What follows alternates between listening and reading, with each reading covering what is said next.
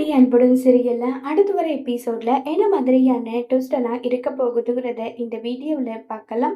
அன்பு கண்மணிய பார்த்துட்டே தான் இருக்காங்க. இப்ப நம்ம கண்மணி அங்கிருந்து கிளம்பி ஹோட்டலுக்கு போயிடுறாங்க. இப்ப காவேரி அன்புவை பார்க்கறதுக்காக ரொம்பவே வருத்தமா மனசு கஷ்டத்தோட வெளியே நிக்கிறாங்க. இப்ப அன்பு போயிட்டு எப்படி இருக்கீங்க, நல்லா இருக்கீங்களா அத்தைன்னு சொல்லி கேட்டுட்டு இருக்காங்க. மாப்பிள்ள, நீங்க இப்படி பண்ணுவீங்க நான் நினைச்சு கூட பார்க்கல. கண்மணிய ஒவ்வொரு நாளும் அவ வாழ்க்கை இப்படி ஆயிடுச்சே உன்னாலதான். நீ அங்க இப்படி பேசுறனா உன்னுடைய வாழ்க்கை இப்படி கேள்விக்குறி ஆயிருக்காதுன்னு நான் சொன்னாலும் என் மனசுக்குள்ள 1008 கவலை. அதை இப்ப வரைக்குமே நான் அவகிட்ட சொல்லல. அந்த இடத்துல அந்த நிமிஷத்துல நீங்க பேசின வார்த்தை ஒவ்வொன்றும் என் இதயத்தை கத்தியால குத்தி கிழிச்ச மாதிரி இருந்தது. உங்ககிட்ட இருந்து நான் இந்த விஷயத்த எதிர்பார்க்கலன்னு சொல்லி பேசிட்டு இருக்காங்க. அங்க என்ன நடந்ததுன்னு எனக்கு தெரியாது. 1000 தான் இருந்தாலும் வயசுக்கு பெரியவங்களை கை ஓங்குனது தப்பு தானேன்னு சொல்லிட்டு அன்பு கேக்குறாங்க. உடனே கண்மணியோட சித்தி சரிதான் மாப்பிள்ள, நீங்க சொல்றது 100க்கு 100 உண்மைதான். வயசுல பெரியவங்களை எப்படி ஒரு சூழ்நிலை ஆனாலும் கண்மணி கை ஓங்குனது தப்புதான். அப்படி கண்மணி பண்ண மாட்டான்றது உங்களுக்கு நல்லாவே தெரியும். அப்படி இருந்தும் கண்மணி அப்படி ஒரு விஷயத்த அங்க பண்ணிருக்கானா, அப்ப கண்மணியோட மனசுக்குள்ள எந்த அளவுக்கு கோபம் வந்திருக்கும், அதை எப்படி வெளிக்காட்டுதுன்னு தெரியாம கண்மணி அடிக்க கை ஓங்கிருப்பா. இத நீங்க நினைச்சு பாருங்க. சொல்லுங்க மாப்பிள்ளன்னு சொல்லிட்டு கேக்குறாங்க. அங்க என்ன நடந்ததுன்னு உங்களுக்கு தெரியாது, ஏது நடந்ததுன்னு உங்களுக்கு தெரியாது. உங்க பாட்டி எங்களை பத்தி எந்த அளவுக்கு கேவலமா பேசினாங்கன்றது தெரியாது. உங்களை பொறுத்த வரைக்கும் கண்மணி உங்க பாட்டிய கை ஓங்குனது தப்புன்னு சொல்றீங்க. அதுக்கு முன்னாடி உங்க பாட்டி எங்களை பத்தி எந்த அளவுக்கு கேவலமா பேசினாங்கன்ற விஷயத்த தெரிஞ்சுக்கிட்டு அதுக்கப்புறமா ஒரு நியாயமான தீர்ப்பு சொல்லியிருந்தா கண்டிப்பா இந்த அளவுக்கு பிரச்சனை பெருசா ஆயிருக்காதுன்னு சொல்லிட்டு காவேரி கேட்டுட்டு இருக்காங்க. அங்க என்ன நடந்ததுன்றது எனக்கு தெரியல.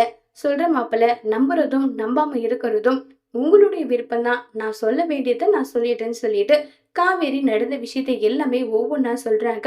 முதல்ல டேபிள் எல்லாம் கிளீன் பண்ண சொன்னது, தரையில டீ கொட்டிட்டு அதை துடைக்க சொன்னது, இருக்கிற சாமானத்தை எல்லாம் ஒட்டு மொத்தமா கழுவ சொன்னது, அதுக்கப்புறமா அவங்க தங்கச்சியோட புருஷனையும் காவேரி பத்தி தப்பா பேசினது, இது எல்லா விஷயத்தையுமே சொல்றாங்க.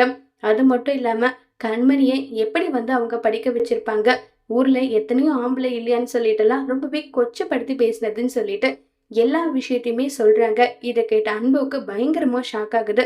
என் பாட்டி ஏதோ ஒண்ணு கோவத்துல பேசியிருப்பாங்கன்னு நினைச்சேன். ஆனா கண்மணியோட பொறுப்பு, கண்மணியோட கேரக்டர், உங்களோட கேரக்டர் பத்தி இந்த அளவுக்கு தப்பா பேசியிருப்பாங்க நான் நினைச்சு கூட பார்க்கல. இது எல்லாமே என்னுடைய பாட்டியோட தப்பு தான். தயவு செஞ்சு மன்னிச்சிடுங்கன்னு சொல்லிட்டு ரொம்பவே வருத்தப்பட்டு ஃபீல் பண்ணி மன்னிப்பு கேக்குறாங்க. இதுக்கு மேல மன்னிப்பு கேட்டு என்ன மாப்பிள்ள பிரயோஜனம்? எல்லாம் நடந்து முடிஞ்சு போச்சு. உங்க பாட்டியை பொறுத்த வரைக்கும் என்னுடைய கண்மணி உங்களை கல்யாணம் பண்ணிட்டு அந்த வீட்டுக்கு வந்தது அவங்க ரொம்பவே அசிங்க அவமானமா நினைக்கிறாங்க. அதனாலதான் என்ன சந்தர்ப்பம் கிடைக்கும் எப்படியாவது உங்க 2 பேரையும் பிரிக்கணும்னு சொல்லிட்டு பிளான் பண்ணி இப்படி பண்ணிட்டாங்கன்னு சொல்லி எல்லா விஷயத்தையும் சொல்றாங்க. உடனே அங்க கண்மணி வரத பார்த்ததும் நான் கிளம்புறேன்னு சொல்லிட்டு காவேரியும் அவங்களுடைய தங்கச்சியும் கிளம்பி போயிடுறாங்க. இப்ப அன்புக்கா ரொம்பவே ஷாக்கிங்கா இருக்கு. இப்ப அன்பு யோசிச்சு பாக்குறாங்க. அன்பும் கண்மணியும் ரொம்பவே சந்தோஷமா இருக்கும் போது எந்த அளவுக்கு சந்தோஷமா இருந்தாங்களோ அந்த நேரத்துல பாட்டி இப்படி எல்லாம் பண்றாங்கன்னு சொல்லிட்டு கண்மணி ஒவ்வொரு விஷயமா சொல்லியிருப்பாங்க. அந்த எல்லா விஷயத்தையுமே யோசிச்சு பாக்குறாங்க. யோசிச்சு பார்த்து பயங்கரமா ஷாக் ஆகுறாங்க.